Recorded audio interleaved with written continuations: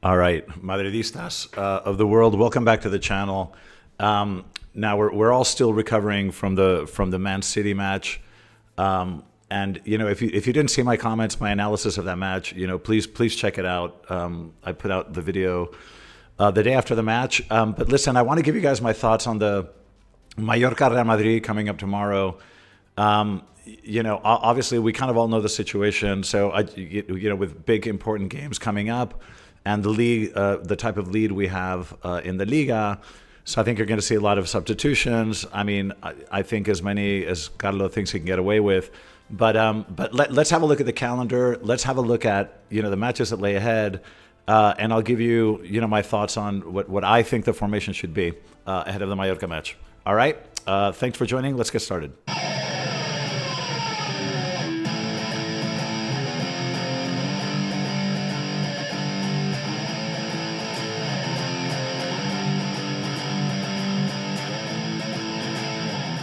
Madridistas, welcome back. Okay, let's talk about the Mallorca match. So first, let's have a look at what lies ahead calendar-wise for Real Madrid. So let's have a look at the remaining matches. Now, if you look at these, now ignore the bottom two. The ones at the bottom are kind of summer friendlies.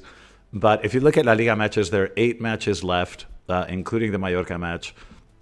And if you look at where we are in the table.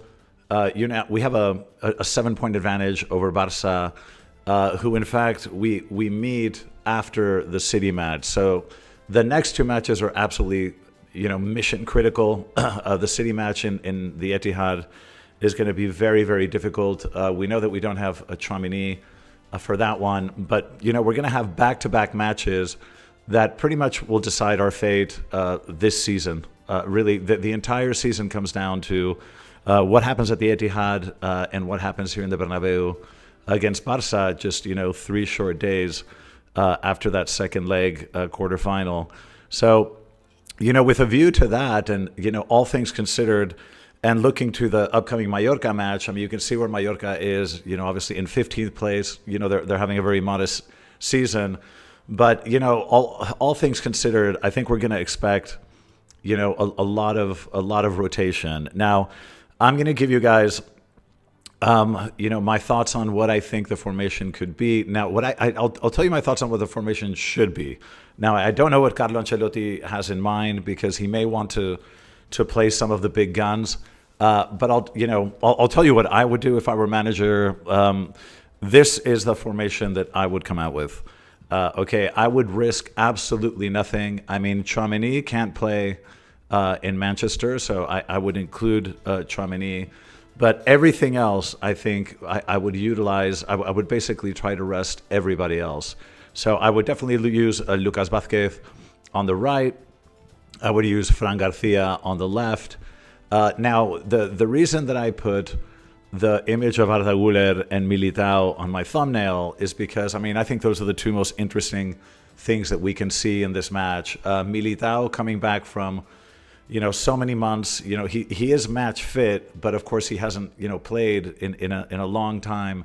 And I think with a view to the match in Manchester, I think it would make a lot of sense for Ancelotti to play Militao, to give him that feeling of sort of being on the pitch again and playing, maybe not a full game, but as much as he can, and sort of seeing whether he could be match ready for Manchester. And that's a very big decision Ancelotti's going to have to make.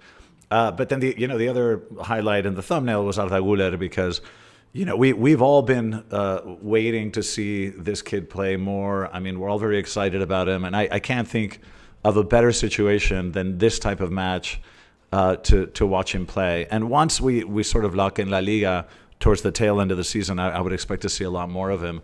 But this is the lineup. I would have Tchouaméni in the midfield because obviously we don't need him in Manchester. I would play Luka Modric, who is obviously also starved for minutes, but I think who is playing kind of a supplemental role in the very big matches. But I would give Modric minutes.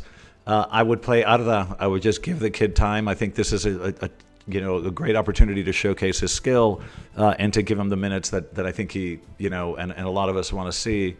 And then I would use up front. I would play Brahim on the right, and I would simply, I know Jose Lu's natural position is a number 9, and it's not normal to play him, with as one of 2 forwards. But honestly, this is what I would do, and I would put Ceballo in the mix, maybe behind the 2 forwards, as part of a kind of 4-man midfield. But I mean, this is what I would do. Now, I'd love to hear your comments. You might think I'm crazy, but maybe he will play Jude. Maybe he'll want to risk it and give Jude more minutes because he did have 3 or 4 matches where he was absent, and maybe he does want to keep his physical form up. I don't know, but this is what I would do, just to be very, very cautious.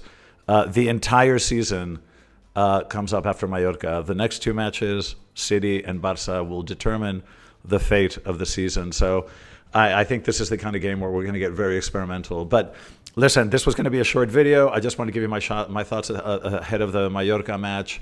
I'll give you my thoughts, obviously, afterwards in a post-match analysis. But I just want to share these thoughts with you ahead of that match. All right? Thanks for joining, as always. I'll see you guys in the next video. And as always, a la Madrid.